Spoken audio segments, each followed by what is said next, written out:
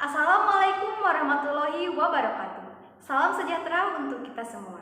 Perkenalkan, nama saya Yuni Rahayu dari kelas akuntansi karyawan B. Pada kesempatan kali ini, saya akan menyampaikan beberapa pembahasan mengenai yang pertama yaitu sistem informasi manajemen dan sistem informasi akuntansi. Pembahasan yang kedua yaitu mengenai saham, analisis fundamental dan teknikal. Dan untuk yang ketiga yaitu mengenai pembahasan akun RTI, Stockbit, dan Neohots. Video ini dibuat untuk memenuhi tugas komputer bisnis yang dibimbing oleh Bapak Muhtar AKSEMM. Berikut pembahasannya. Saya menggunakan Google Scholar.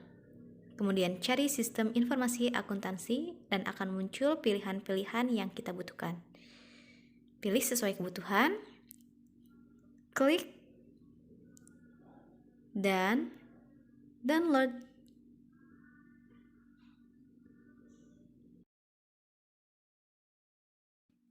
Setelah terdownload, buka dengan aplikasi yang bisa digunakan.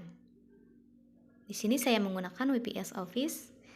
Dan kemudian artikel terdownload.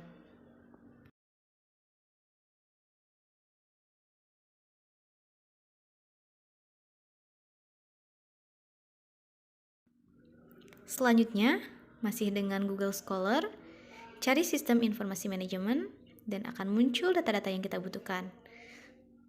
Seperti tadi, pilih salah satu, klik, dan download seperti tadi.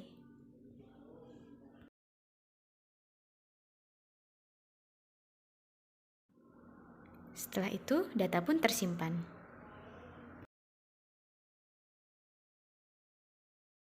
Baik, untuk pemenuhan tugas selanjutnya ialah mengenai pengertian saham, analisis teknikal, dan fundamental. Untuk slide pertama yaitu mengenai definisi saham.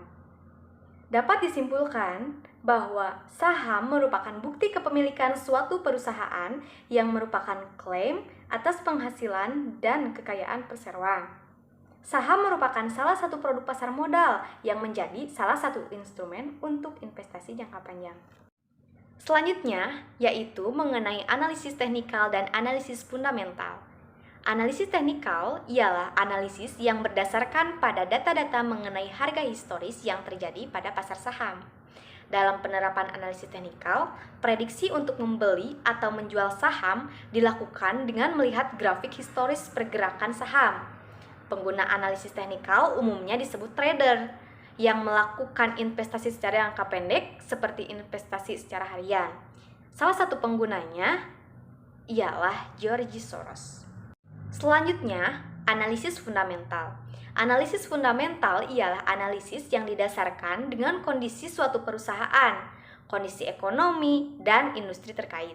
Analisis fundamental pada umumnya menggunakan indikator-indikator perusahaan yang tertera melalui laporan keuangan perusahaan, seperti price to earning ratio atau PE, atau ROE atau return to equity, dan lain-lain.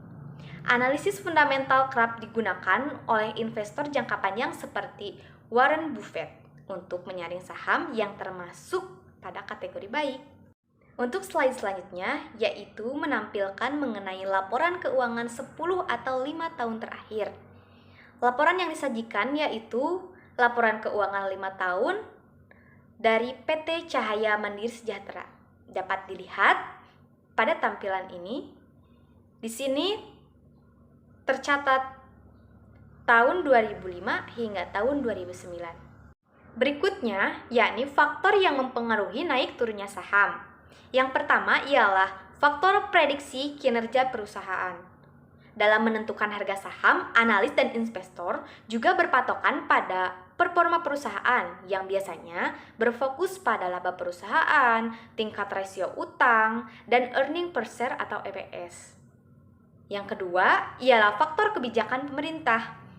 Peran pemerintah dalam urusan naik turunnya harga saham juga sangat cukup besar. karena kebijakan-kebijakan pemerintah biasanya langsung berdampak pada sektor ekonomi, seperti kebijakan PMA atau penanaman modal asing, dan kebijakan yang lainnya. Untuk faktor yang ketiga, yaitu mengenai kebijakan perusahaan. Kebijakan dari perusahaan yang bersangkutan juga bisa mempengaruhi harga saham yang ditawarkan. Misalnya, kalau perusahaan tersebut merger atau diakuisisi oleh perusahaan lain. Kebijakan ini pastinya akan dinilai oleh para analisis dan membuat perusahaan tersebut memprediksi kinerja perusahaan ke depannya. Faktor yang keempat ialah pergerakan kurs rupiah pada mata uang asing. Naik turunnya nilai mata uang juga mempengaruhi fluktuasi saham. Dampaknya bisa positif ataupun negatif. Perusahaan yang bertopang pada mata uang asing, kalau nilai rupiah melemah tentu saja ini jadi beban buat perusahaan importir karena biaya operasional yang dikeluarkan akan semakin tinggi dan biasanya harga saham perusahaan akan menjadi lemah dan turun. Faktor yang kelima yakni akibat rumor panik. Dalam dunia saham, fenomena ini disebut dengan panic selling, yaitu suatu kondisi para investor beramai-ramai melepas saham tanpa peduli berapa harga akibat suatu berita yang belum jelas kebenarannya. Berikutnya dapat kita lihat daftar saham berdasarkan abjad yang bersumber dari PT Bursa Efek Indonesia. Ini hanyalah sebagian yang saya ambil ke dalam materi saat ini. Totalnya ada 722 item. Selanjutnya yaitu mengenai istilah dalam saham. Yang pertama ialah HK atau hajar kanan. Istilah HK saham ini sebenarnya berkaitan dengan mekanisme perdagangan bid offer. Jadi, di dalam mekanisme perdagangan saham, istilah best bid dan best offer. Best bid posisinya ada di sebelah kiri, sedangkan best offer posisinya di sebelah kanan. Yang kedua yaitu haki atau hajar kiri, kebalikannya dari hajar kanan. Hajar kiri dipahami sebagai sebuah strategi menjual saham dengan memasang harga rendah di kolom bid atau antrian beli supaya sahamnya segera terjual. Yang ketiga ialah istilah bearish, yakni suatu kondisi pasar saham sedang mengalami tren turun atau melemah. Penurunan pasar saham ini dipengaruhi oleh pertumbuhan ekonomi yang melambat, bahkan turun dari tahun sebelumnya. Yang terakhir yaitu bullish. Istilah bullish adalah suatu kondisi pasar saham mengalami tren naik atau menguat. Kenaikan pasar saham ini dapat dipengaruhi oleh kondisi ekonomi di suatu negara, bahkan di seluruh dunia, yakni sedang mengalami pertumbuhan ekonomi. Pembahasan selanjutnya ialah nabung di bank versus nabung saham. Dapat saya simpulkan, nabung di bank itu untuk kepentingan jangka pendek atau kebutuhan jangka pendek, sedangkan nabung saham adalah untuk investasi jangka panjang. Menabung biasanya digunakan untuk dana cadangan, yakni untuk berjaga-jaga, mencukupi atau memenuhi kebutuhan jangka pendek, sedangkan nabung saham adalah penanaman modal dalam jangka panjang dengan tujuan mendapatkan keuntungan yang lebih besar di masa yang akan datang.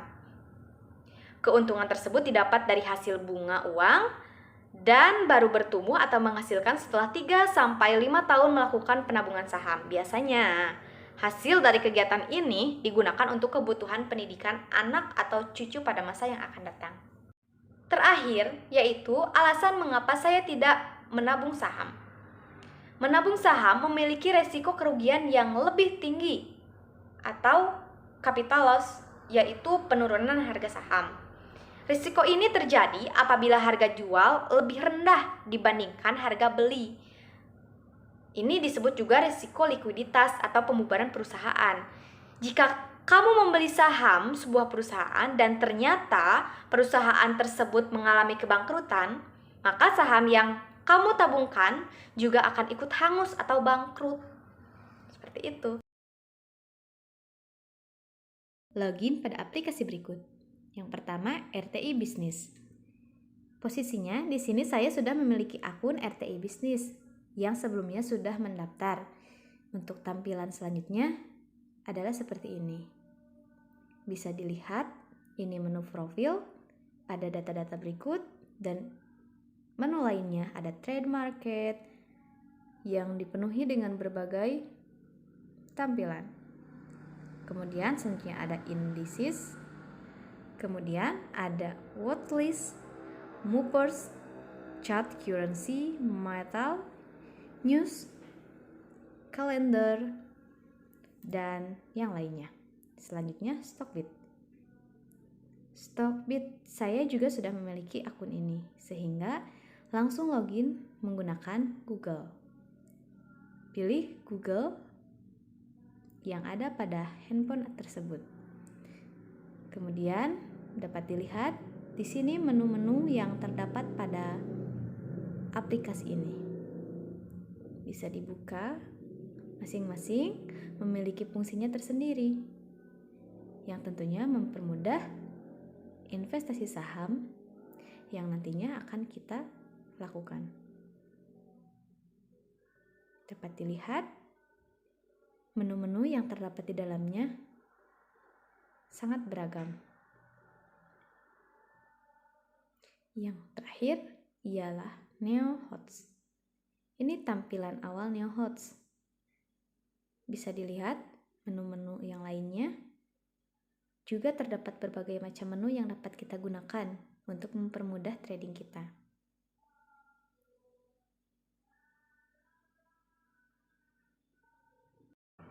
Demikian video ini dibuat, semoga bermanfaat. Wassalamualaikum warahmatullahi wabarakatuh.